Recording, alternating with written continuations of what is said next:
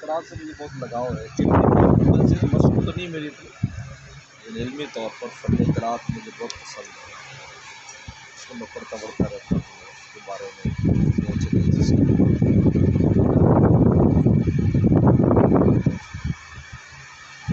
اب بھی دل چاہتا ہے کسی ایک قاری ہو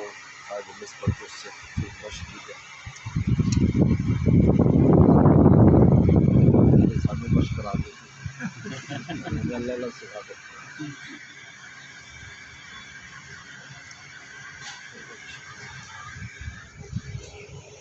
میرے وجود میں تلاوت آیات ہر شے سے مقدم، ہر شے سے مقدم تلاوت آیات۔ اگر یہ زندگی میں یہ نہیں ہے، کچھ نہیں ہے، چاہے مولوی ہے کچھ بھی، اللہ سے عشق ہے تو قرآن سے کیسے عشق ہے؟ قرآن کا عشق کا ظہور تلاوت ہے، سمجھنا سمجھانا تو بہت سمندر ہے، لیکن یہ تلاوت یتلو علیہم آیاتی، پیغمبر سب سے پہلے تلاوت سن کی ہے، بعد میں یعنی کتاب الحکمہ بعد میں سمجھایا اس نے کیا ہے، پہلے کہا کہ اس کو پڑھو، اس کا یہ مزہ لو، تم پڑھنے کا مزہ لو، اس کا مزہ یہ مزہ لو، بعد میں اندر کا مزہ، پہلے یہ تو مزہ لو،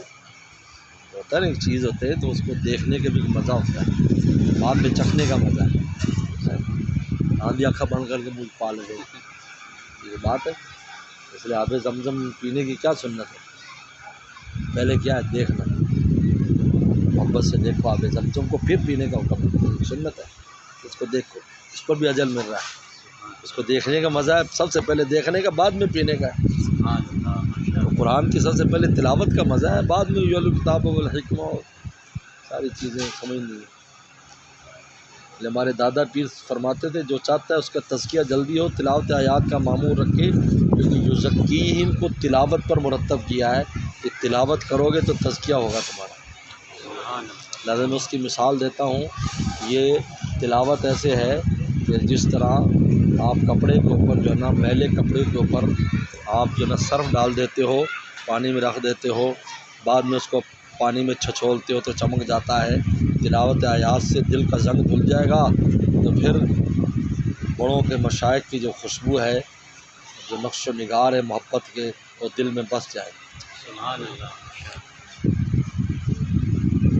دل ہی گندا ہو تو تلاوت آیات بہت عجیب ہے، اس کا بہت کچھ بھی ہو جائے اس کو نہ عشق عاشق ہو کر پڑے، جیسے عاشق ہوتا ہے قرآن پڑھ رہا مزہ آ رہا، واہ واہ واہ۔ اس لیے یتلو آیات، تلاوت آیات کا تعلق تجوید کے ساتھ ہے، اس لیے فن اس اعتبار سے بہت اونچا فن ہے قرأت کا فن۔